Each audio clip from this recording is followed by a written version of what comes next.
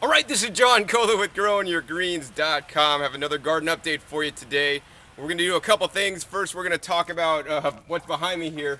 These are all my tomato plants. I don't know, there's probably about 40 tomato plants in this raised bed here that have been basically frosted. They got frost damage, hard frost. You can see they're not alive anymore. And a lot of my garden, looks that way over in this section here. This is the front bed. The Malabar spinach got fried. We could probably still harvest the seeds. The gherkins didn't make it also, though there's still some gherkins hanging out. But you know what? For me, actually, the winter time and after the first frost is probably one of the busiest times in my garden. Not any other time, because so many plants just lost their lives. Now they need to be pulled up, composted, and then I need to replant and get things back in the ground as quickly as possible so that I could continue to grow more food during the winter time while it's still a little bit warm and there's still more sun. As the year or the days get shorter, the sun gets shorter, and it also gets colder, plants don't tend to grow as well. So it's very important, and this is a critical time to get things going. So I want to share with you my strategy for what I do when there's so much stuff I need to pull out. And I have a real job. I work and I come out to the garden, try to come out to the garden at least like an hour or two each day. And by systematically, making a list of all the things that need to get done and then hitting off one thing at a time and working on it until it's done, it'll then get done and you'll get through all the projects. So as I've been pulling out, I've been replanting. So we just pulled out all the cucumbers and now we're replanted with the sugar snap peas here along the trellis so they could grow upward. And it's just hitting out one bed at a time and not getting overwhelmed with all the things that need to get done. I mean, I got to prune the pepino melons right there and so many different projects. So today's project is to actually plant some garlic up. And I really encourage people to plant and grow what they love to eat and what they eat very often. So I eat a lot of leafy greens in my diet, so I have lots in here, some tree collards here. And oh man, these are getting so amazing. Some of these leaves are just getting really dark purple, from green to purple. And when they get dark purple, they taste really, really good. The sugar, the sweetness comes out in the wintertime when it gets cold. So they're absolutely amazing.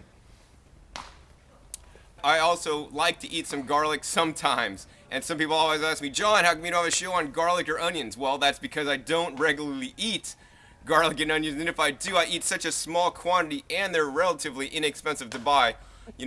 One little bulb of garlic will cost less than $1 and it'll last me like for months because I really don't eat it that much. Or one onion, onions I got the other day, organic onions for 79 cents a pound. So it really doesn't make sense to just plant a whole bit of onions when I could buy them for so cheap. And I don't even eat them. Whereas, a bunch of greens are like $2-3 a bunch. Maybe that's a bunch is just only 6 leaves. And, I have those in mass abundance.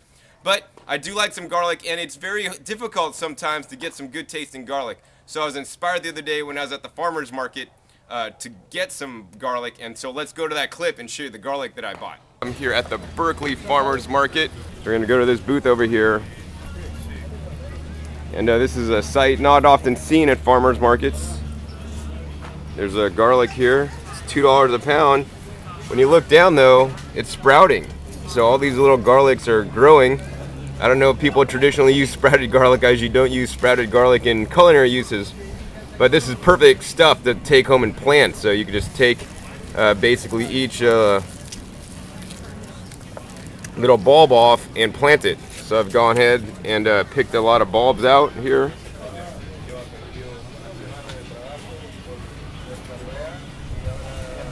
I got about a pound's worth right here on the scale, and I'm going to take that home and plant it in one wine barrel. So now I'm in my driveway and I have 14 wine barrels here, and wine barrels are a great way, or half whiskey barrels are a great way to grow food if you don't have a yard, if you don't have raised beds. These you could think of as a little miniature raised bed. We just fill it, we drill some holes in the bottom so it's good drainage, and you just fill the compost and rock dust in there and you could plant in it. So this one next to me actually has some peppers in there, and you can see they're still actually on the plant and they're ripening up. Some got a little bit of frosted on the tips. But these peppers are more protected than the peppers in my regular raised beds. That's because the thermal mass of the concrete heats up in the day, radiates out the warmth at night, and also being raised in the barrels keeps it a little bit warmer, and plus it's in closer proximity to my house and kind of wedged in between my cars and everything here. But you can grow a lot in a wine barrel. And if you have an apartment or patio or condo, or even, you know, put it next to your entryway on the sidewalk. You could put a big wine barrel, and you could grow a lot of food in the wine barrel. So last year I grew like mache and lettuce and other greens in the different wine barrels. We're coming out of the summer season, so I had peppers in this one, tomatoes, arugula. This one had tomatillos. And these are just a project, one at a time. I need to start pulling those out. Some of these plants I'm going to transplant out into the greenhouse. But today we're going to talk about the garlic. So you saw when I was at the farmer's market and selected the garlic. And now here's the garlic I brought home. I have a little bag of garlic. And these are the garlic cloves. So sometimes if you're in your grocery store, you'll see the cloves with little green things starting to pop out. And that's when it's sprouting. And that's when you can plant it. Of course, you can plant it when they're not sprouting. And when they are sprouting, you need to be very careful not to break these off. But, you know, if you let them sprout longer, they'll sprout like this. And normally the stores will actually cull them or pull them off the shelf. So you can't buy them like this because normally these aren't recommended for eating. But so I have a lot here. And mostly this variety is a purple garlic. And, you know, the reason why I'm growing the garlic is because I rarely eat garlic. And, you know, once I grow the garlic, I could harvest the garlic and then basically dry it, and it'll save for months. So just I'm planting one wine barrel. You could plant garlic about 3 to 4 inches apart, you know, on spacing. So you could fit a lot of garlic in here if you want to make a lot of small bulbs. And that's actually going to yield more poundage overall than spacing it maybe say 6 inches apart. You'll be able to plant less, but your bulbs will be bigger. They found that it's better to plant it closer to get more poundage if you don't mind the small garlic. And I definitely don't mind small garlic because I don't actually eat it that much.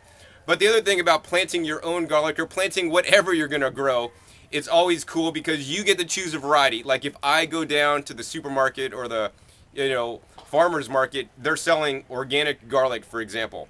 That garlic is just garlic. It could be any number of varieties. But if I go to the apple section in the grocery store, you know, I could choose from Granny Smith apples, Pippin apples, you know, Empire apples, all different kinds of apples they have, but they have one kind of garlic. And there's so many different varieties of garlic. This happens to be a purple variety. And this variety, I like it because it's actually not so hot. And I don't even know all the different named varieties of the garlic. So when you grow your own garlic, you could choose the variety. And you could get a variety that's not so hot and spicy, or some ones that'll just knock your taste buds out of the world that are so hot and spicy. So this is a less spicy version because I don't like the spicier garlics, but I like that garlic flavor. So that's why I'm growing these, so I'll have some nice unspicy garlic. So let's go ahead and prepare this bed. What we're going to do here, we've basically cleared the bed out. Very important first step is to add rock dust. So we have a bag of rock dust here. This is the Gaia Green glacial rock dust from Canada. It's GaiaGreen.ca if you want to go to their website. I also recommend another brand called Azomite. You could visit azomite.com and search for dealers and distributors in your area. You could also mail order this over the internet. And I had a question lately. People always try to find rock dust, and if you can't find the horticulture rock dust, you could visit a local rock quarry and just get some rock dust. Or the finest particle that you can. So we're just going to put a bunch of rock dust in there. So one of the things I like to do to protect my hands, and because I don't like to have dirty fingernails, and it's really hard to get your fingers clean, is I like to wear some gloves. So these are just basically some nitrile gloves that I like to use when gardening. So we're just going to basically spread this rock dust out pretty evenly because I want to make sure my garlic that I'm growing is the highest quality garlic grown in rock dust and compost. And the rock dust, this has a texture of like a flour, like a baking flour. If you're, you know, into baking stuff, it's kind of cool to play with. It's very fine particulate, so you don't want to breathe it in. The next thing is we got some compost here. We're just gonna put some compost to cover up the rock dust here.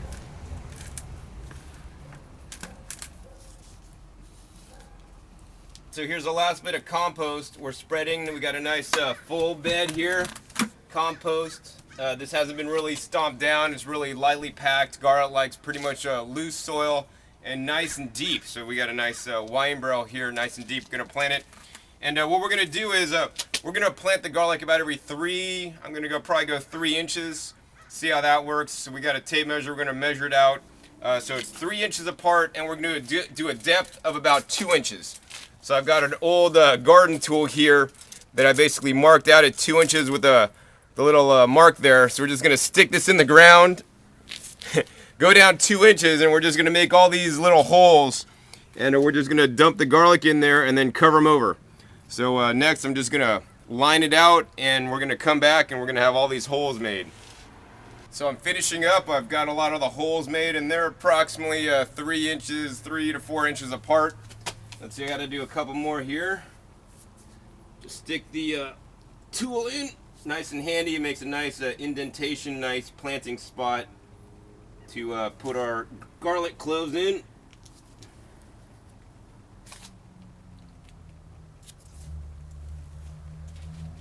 Real simple, real easy. Do this last one right here.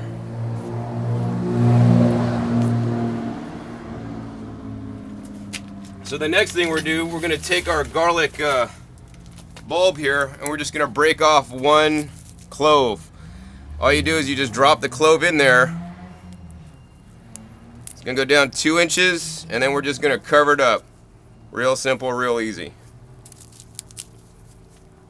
And you know, I do have some friends that actually have grown garlic, sprouted garlic inside. And what you want to remember is that, the garlic, not only the bulb is edible, but the garlic greens are edible. And actually the thing I like the most about the garlic is the garlic flowers. Those are absolutely amazing. So you could take garlic flowers and actually use those as the flavoring agent. Wow, this stuff smells good. I can't wait till it comes up. But yeah, it's just real super simple to plant some garlic. Just going to continue dropping in the sprouts. And normally you want to plant garlic before the first frost, because basically it'll overwinter under the ground. And if the garlic wasn't sprouting, you always want to put the part with the tip up. And you don't have to plant sprouted garlic. Most garlics will just sprout. And it's always best to use the cloves that are larger. And you don't have to remove any of the paper or anything. So I'm just finishing up planting the garlic. I have 7 bulbs left just to drop down to the holes. So it's real simple. Just we're placing it all the way down 2 inches deep into each hole, and then we're just going to basically cover them over. Been really fun to do this, and it looks like these little, rabbits in little holes. If you take a look at all the different garlics popping up out of the ground. So now, once we got all the garlics in the ground, we're just going to basically top fill it with some compost here. A little bit over each hole, and cover them up. Real simple, real easy. And especially if they're sprouting, you don't want to compress the soil down too much. You might actually break the sprouts off. I like growing the garlic from the sprouts because you're guaranteed it's growing. Whereas if you just plant a bulb, although most garlic will sprout, it's not a guarantee. But if you're growing from the garlic sprouts already, you know it's already growing, and you know it's probably going to be all right. So I just finished planting all the garlic. Now the garlic is in the bed. We're just going to let nature take its course. I did have some extra garlic here in the bag that we actually didn't get to plant. I did pick out the largest bulbs to plant to assure that I'm going to have a good growth. But on some of these smaller bulbs, what I'm going to do is I'm just going to actually put, some in a pot in my kitchen. And you could grow them in the pot, and they'll grow as a house plant. And actually you could just snip off the leaves as they come up, and you could actually use that as a seasoning. So it could be like for kitchen herbs. So that's another great idea to grow inside, is just a sprouted garlic for eating. So as you see, I have a whole garden here, and I dedicated 1 whole wine barrel to garlic. And once again, that is because I don't eat a lot of garlic, and I want to encourage all you guys out there and girls to grow what you eat the most. And if you eat a lot of garlic, maybe if you're Italian, maybe you should plant a field of garlic. But if you don't eat that much garlic, plant a small bed so that you'll just have garlic growing for you to use and for you to eat. Otherwise, I'm going to plant lots of leafy greens this winter time. Anyways, once again, this is John Kohler with growingyourgreens.com. Keep on growing and grow some garlic if you like it.